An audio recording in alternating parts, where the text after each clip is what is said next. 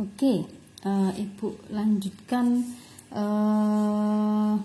Ya, tadi seperti yang Ibu sampaikan bahwa SVM itu kan tujuan akhirnya adalah untuk mendapatkan kalau nilai Y1 itu ketemu minus 10 gitu ya, maka dia adalah kelas 1.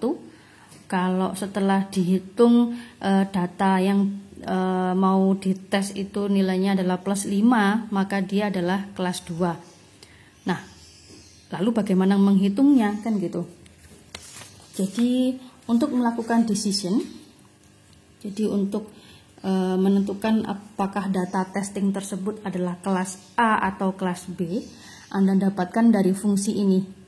Ya, bahwa jika nilai fungsi ini adalah negatif dia kelas A, kalau positif kelas B atau sebaliknya. Jadi pastikan ada dua kelas kan gitu. Nah, sehingga kemudian di sini caranya adalah jika Anda mencari si X ini adalah masuk ke kelas berapa, Anda hitung nilai kernelnya dari si X tadi terhadap semua data training. Jadi ini adalah data training. Anda hitung kernel dari data tersebut ke setiap data training yang Anda punya sebanyak N gitu ya. Nah, kemudian setelah Anda kernelkan, kalikan dengan Y ke I. Si ini tadi, si XI ini, jadi Anda beri nilai kelasnya adalah plus 1 atau min 1. Kalau dia kelas A, kelas positif kasih nilai plus 1, kalau negatif kasih minus 1. Ini YI-nya. Kemudian ada B di sini. B cara ngitungnya seperti ini, sama ya, YI ini kernelnya ini kernelnya terhadap data kelas positif, yang ini terhadap data kelas negatif. Hitungan detailnya ada di PowerPoint ya. Nah, di sini ada satu parameter yang cukup penting, yaitu alfa. Nah, alfa di sini akan dilatih pada proses training. Alfa ditemukan dalam menggunakan training. Proses training. Ada beberapa macam cara melakukan training. Oh ya, jadi nanti kalau hasilnya adalah di sini plus 1, maka dia kelas A gitu ya. Kalau di sini adalah plus 15, dia kelas A juga.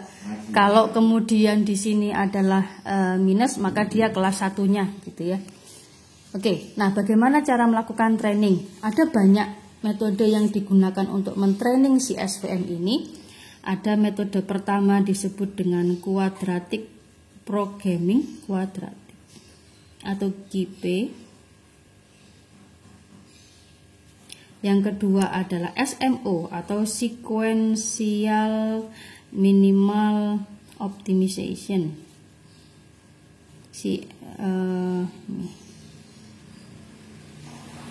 Nah, yang biasanya kalau mahasiswa Tekom atau informatika senangnya pakai yang nomor 3 ini karena lebih mudah untuk dipahami dan dihitung gitu ya. Jadi akan Ibu bahas yang si sequential ini. Oke, metode sequential ini adalah untuk mencari alfa, Anda terlebih dahulu membuat yang namanya Hessian matrix. Isi Hessian matrix itu adalah, misalkan Anda punya 10 data, berarti Hessian matrix Anda adalah 10 kali 10. Berarti D, I ke J Anda hitung masing-masing data training ke data training itu sendiri. Jadi nanti misalkan Anda punya 1, 2, 3, 4, 5 gitu ya. 1, 2, 3. Jadi kalau Anda punya fitur 1, 2, 3, 4, 5, Anda juga akan punya baris sebanyak 5 juga.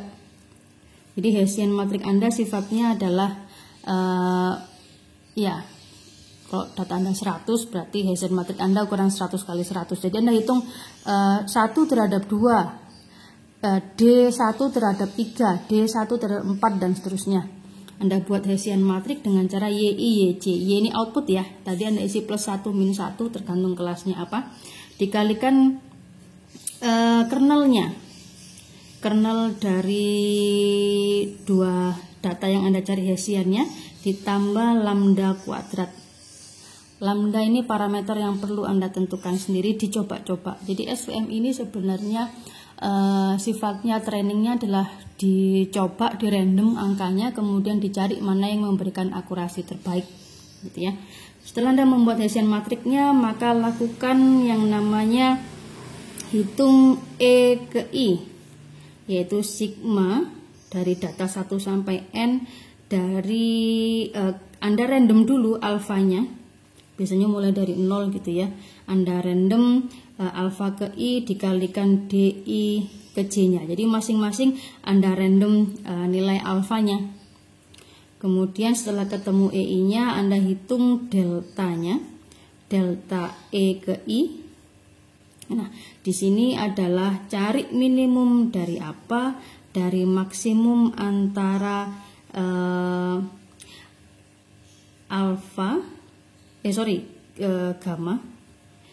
gamma 1 minus E ke I, cari maksimumnya dibandingkan dengan alfa ke I. Setelah ketemu maksimumnya berapa, bandingkan cari minimumnya dengan C minus alfa ke I. Jadi setelah Anda cari maksimumnya, kemudian ketemu berapa hasilnya, cari minimumnya dibandingkan dengan C minus alfa I. C ini berapa? Sama, di random juga. Gamma ini berapa? Sama, di random juga. Jadi Anda mencari alfa, gamma, dan C sifatnya di random. Dicoba satu-satu, sama seperti KNN kemarin ya. Oke, sehingga kemudian alfa ke I adalah alfa sebelumnya ditambah delta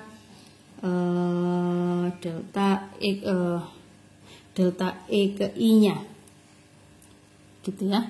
Jadi proses ini diiterasi terus-menerus sampai apa? Sampai tidak ada perubahan antara alfa 1 dengan alfa sekarang dengan alfa berikutnya. Atau Anda tentukan kalau dia berhenti, parameter berhentinya, berhenti iterasinya ya. Macam-macam bisa Anda tentukan bahwa misalkan selisih dari I saat ini dan saat mendatang misalkan 0,0001, maka dikatakan konvergen, gitu ya. Tidak berubahnya sudah tidak berarti, jadi sangat hampir bisa dikatakan tidak berubah sama sekali. Atau Anda hentikan, Anda buat iterasi maksimumnya, pokoknya berhentinya adalah 1000 kali iterasi, dia auto berhenti. Itu juga bisa digunakan untuk menghentikan iterasi menghitung alfa ke I. Setelah Anda menemukan alfa ke I, maka kemudian alfanya tinggal dimasukkan ke sini untuk mencari berapa nilai dari data yang Anda ujikan, gitu ya. Itu adalah cara melakukan training dari SVM.